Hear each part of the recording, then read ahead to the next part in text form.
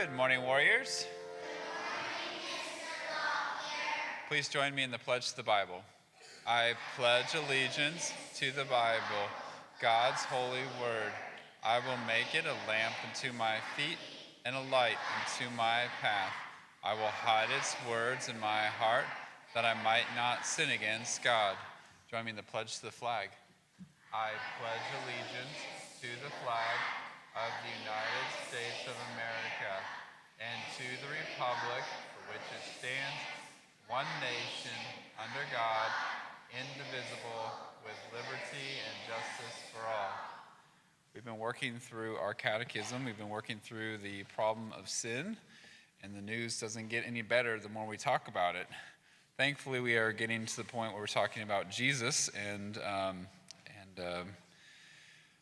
the first question is, did Jesus ever sin? And the answer is no. He lived a sinless life.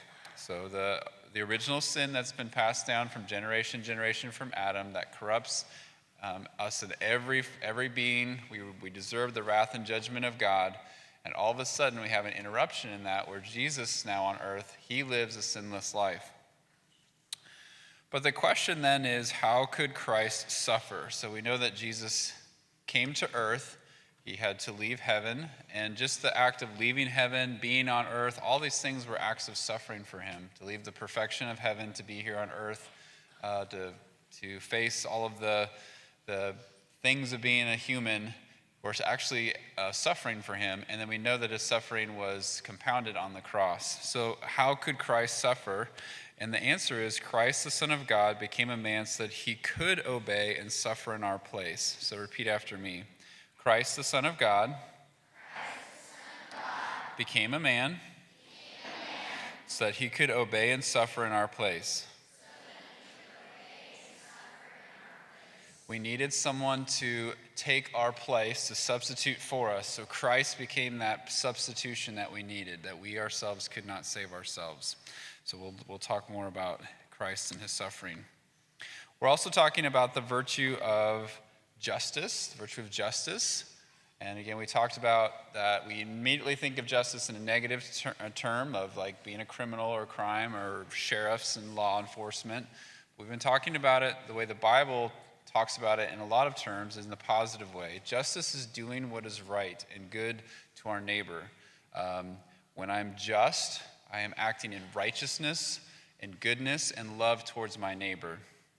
Amos chapter 5, verse 24 talks about the verses, but let justice flow down like waters, or like a river, some translations say, and righteousness like an ever-flowing stream.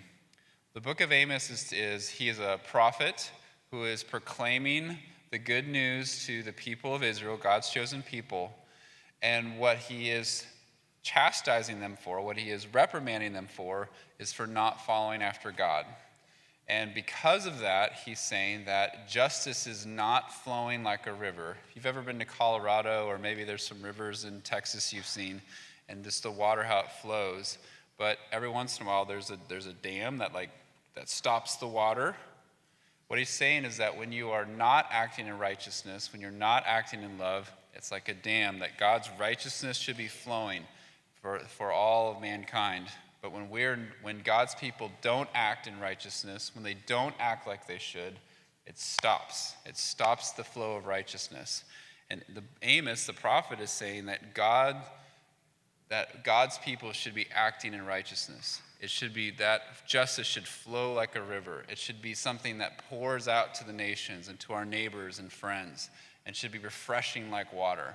But when God's people don't do that, it's like a dry and desert land. So we as people here at this school and your classmates, we need to be people of justice, because when we do that, it's like water that's refreshing. It's flowing when we act in righteousness and holiness towards one another. This is also a season of gratitude that we are thankful for all that God has done for us. Let's sing.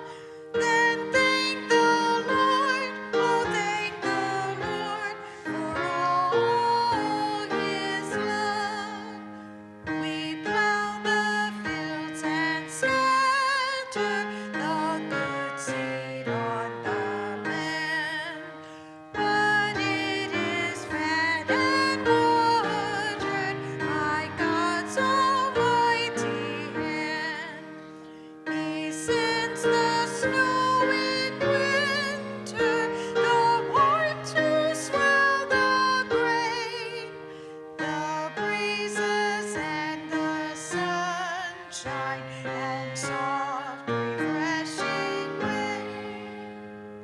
All good gifts around us are sent from heaven above. Then thank the Lord, oh thank the Lord for all His love. He only is the maker of all things near and far. He paints the wayside flower. He lights the evening star. The wind and waves obey Him. By Him the birds are fed. Much more to us, His children, He gives our daily bread.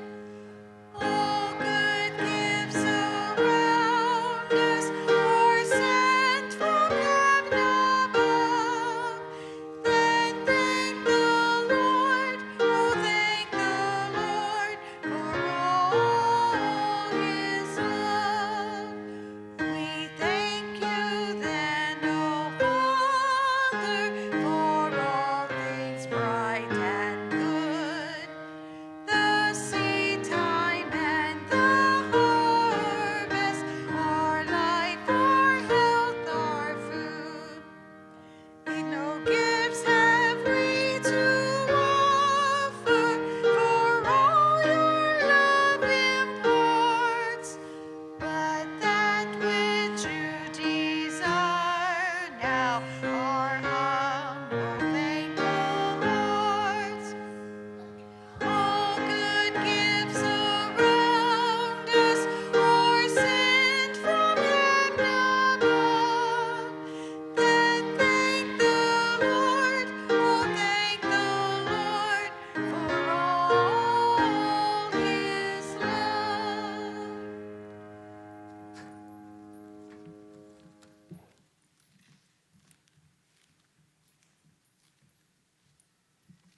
So today, let's justice roll like a river, and righteousness and holiness be that person that brings refreshing, to act justly. Don't get in the way of that. Don't be an obstacle of that.